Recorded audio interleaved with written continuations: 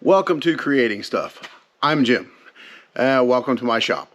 And in today's episode, this is an episode of Show and Tell, and I'm showing off a new tool that I got for the shop. It is a Series 1 Bridgeport milling machine. I've been after one of these things for a very long time. Back when I worked for the city, they actually had a fully equipped machine shop, and before my mechanic career came to an end, I was actually learning about how to run milling machines and lathes. And the city still has a machine identical to this one. Although they're almost identical, that machine was probably about 20 years older than this one. By the serial number on this one, this was built sometime in the early 1960s, and the one I had at the city was surplus from World War II. So, but ultimately, same design. This design dates back to 1938, almost unchanged. Just an excellent piece of equipment. So, but like I said, this is a very big. I've been very excited. Like I said, I've been looking for one of these things for a while. Now this is my disclaimer out front, is I am not a professional machinist, not in the least, but the one thing about this channel that I'm doing is basically it's all about learning, building confidence, and encouraging other people. And the reality of it is, so although I might not be a professional machinist, these are skills that a person can learn. I can learn them. So, and like I said, so to me, this is very exciting. I'm very excited for having this new tool in the shop. Now, before I go over some of the nitty gritty with this, I will say, in a long term, what I want to do with this machine is, like I said, it is set up to be used as a manual milling machine right now, like it has for 60 years. But ultimately, I have the goal and the desire to actually convert this machine to be a CNC milling machine. The reality of it is, because I've been tossing, ever since I got my CNC plasma table, I really like that technology. Between that and the 3D printer, really fantastic, incredible technology. And I just wanted to go one step further. I really wanted a CNC milling machine. But the option, when I was looking at the options of what I could get and what I could afford, which are two different things, the reality of it was there was really kind of a big gap in there. And the one thing I like about tools is I like to have flexibility. So with that is, there was a home hobbyist CNC milling machine I could get for 10 grand, but all that is a CNC milling machine. Where if I convert this machine to a CNC milling machine, I can still use it as a manual machine, and I can use it as a manual machine until I get around to actually doing the conversion. So that was really why I went this route. And not to mention this, these older machines are actually relatively affordable. Relatively is the key word there. And a lot of different reasons. Certain things for this machine are significantly cheaper than a lot of other options out there. So, but once again, they've been this unchanged design. It went from 1938, I believe 1980 is when they created the Series 2 Bridgeport. So, and I've had some people say the Chinese knockoff milling machines actually use Bridgeport parts just because the parts are still available. So, anyways, but another thing is I like the old iron. I like these old machines. It's amazing how this machine's 60 years old and it can still do work. It still do incredible work. So I like that. But anyways, back to my bigger plan is, like I said, I convert to a CNC milling machine. I can still use it as a manual milling machine, which is still incredibly valuable. And I can use it as a manual milling milling machine until I convert it. And spoiler alert, I'm probably not going to do the CNC conversion on this probably for a year or so. So it's not going to be right now. I've got too much other stuff going on. But anyways, it was good I get my hands on it. Unfortunately, I've already done a lot of work to this machine, and I actually went on an adventure to get it, because I actually I got it up in Pennsylvania during a snowstorm. I was up there for some family business anyways. Deal was on Facebook Marketplace. Money was good, money was right, and the sun, the moon, and the stars were lined up for me to get it. Like I said, the hydraulic tilting trailer I did earlier on my channel, I borrowed that from my buddy, and that trailer was the only reason I got this machine, because he said he had a way to load it, did not. Like I said, if it wasn't for that trailer, I would not have come home with it. So, anyways, with that, I told you my plans and all that for this machine. Tell you what, let me get behind the camera, and I'm going to show you a little bit closer. And as I told you, I've already done some work to it, so I'll probably tell you a little bit about that. Unfortunately, sorry, I did not take any videos on that, because when I got it, I mean, the truth of it is, I learned more, although I had a machine just like this at the city. So now that I got my own, and I had to fix it up and do things, I learned a lot more about it than I ever did. And you know, sometimes learn that it was just easier to do it with the camera off. But I will tell you, when I do the CNC conversion, I will share all that with everybody in the process that I did. So, but anyways, let me get behind the camera, and I'm going to show you a little bit closer of what my Bridgeport Series 1 looks like. All right, here is my Bridgeport Series 1. Unfortunately, this machine was in storage for a very long time. They actually did a good job of storing it, because they had Cosmoline on the table, the ways, and everything. And unfortunately, the Cosmoline got jammed up into stuff, so nothing was moving very well. But unfortunately, so this is the table, that's the saddle, this is the knee. All of this was I had it completely off the machine, because I had to clean it thoroughly. And then also, when I cleaned it thoroughly, I also checked it for wear. And the one downside about this machine is, it is completely worn out. I mean, it's extremely worn out. Basically, before I do the CNC conversion, these are called the ways. This is the y-axis ways. These are the x-axis ways, and the z-axis is the knee. And anyways, when I do the CNC conversion, all this has to come back off, and I have to send it out to a vendor and get the ways reground to get them back straight again, get them back into spec, because everything was all loose and sloppy and all that. So so this has already been taken apart.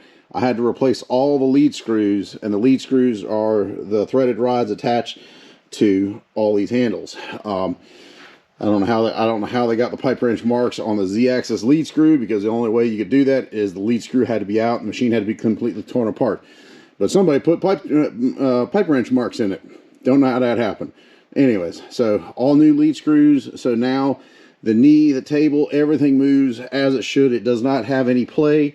That's the way it's. And basically, what I had to do is, you have what are called gibs. Basically, it's a type of wedge that actually goes in, and actually you can adjust how tight the table and the saddle are. And I actually shimmed the wedges up. That's kind of a half, however you want to call it, way of doing it. But unfortunately, right now, I don't have the funds right now to send everything out to get reground right now. So that was kind of a stopgap, just to hold me for the time being, because even as it sits right now, the machine is incredibly useful. And so until I get everything right to do the complete rebuild on it and CNC conversion, it's still 100% usable. So anyways, 42-inch table. They do have a larger table, but this is not necessarily a bad one.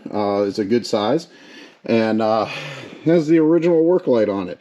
It's kind of amazing. This is from the 60s, and the cheap Chinese stuff you buy doesn't last like 6 months, but this thing's been around for 60 years. Really kind of amazing in my book.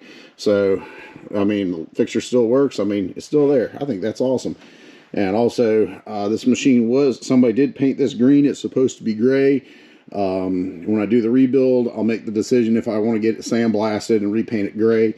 Unfortunately, by then, the green will probably have grown on me by then. So, but anyways, so, and then also on the table, this is a power feed for the X-axis. It originally came with a original one, which was broken. Unfortunately, this is a cheap one, is the best way to put it. And I bought this cheaper than I could buy any part for that power feed.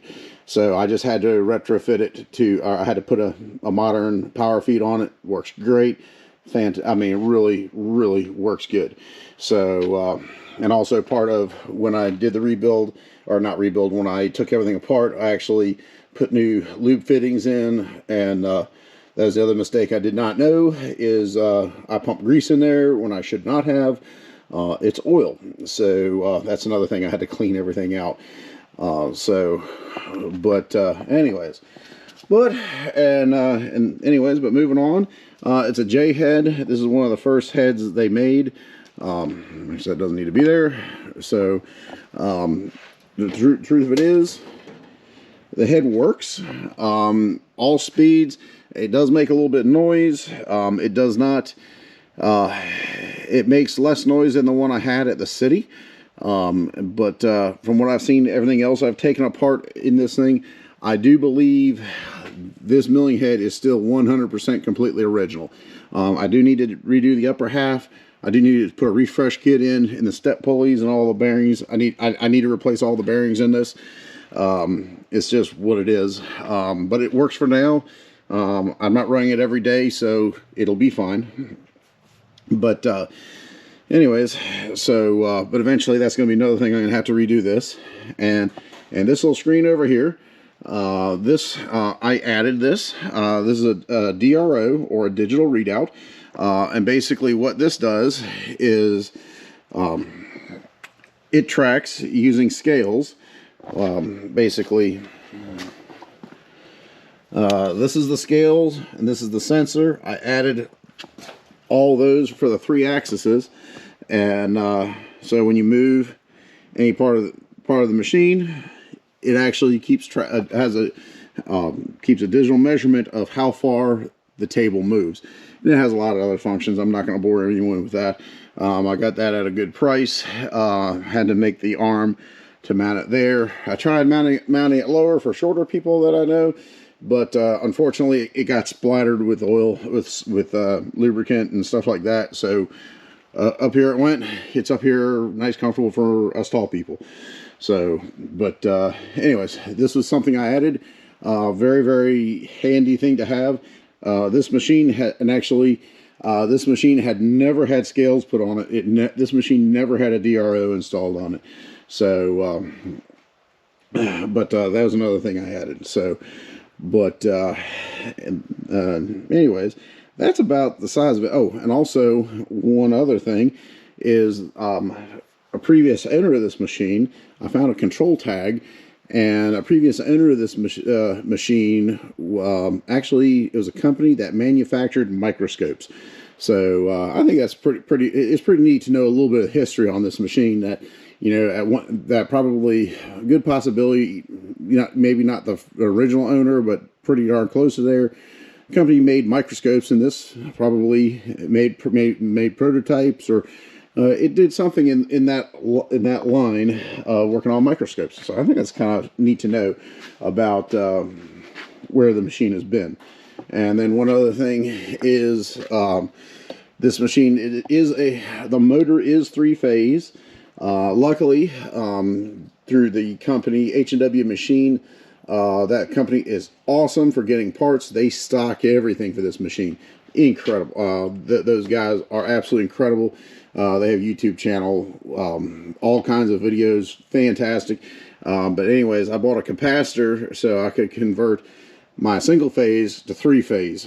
So that actually worked out very well. It saved me a lot of money, because I could have converted this to a single phase motor, but that would have been about $600 to $800. So, anyways, that was only maybe like $110. So I'm good with that, and the motor works. When the motor takes a crap, I'll probably convert it to a single phase, but it's one of those things. I'll deal with it when the time comes. All right, well, this video is short and sweet. I hope you liked it. And once again, I'm not a professional machinist, but the whole thing I like to do with this YouTube channel is to inspire somebody else, inspire you watching this video, and just to show you that, you know what, don't be afraid to make a mistake. Don't be afraid to try to learn a new skill. And and the truth of it is, sometimes things can look a little daunting, a little intimidating, but don't let them frighten you. Don't be afraid to dive right in there and take a chance and learn something new. So, but that's gonna bring this video to a close. So if you like the video, please like it, share the video with other people who you think you might like this. And you're just going to have to subscribe to my channel to see what stuff I'm going to make with this machine. And eventually I want to get around doing CNC conversion. So I tell you what, I'm just going to call it good right now. So until the next video, be creative.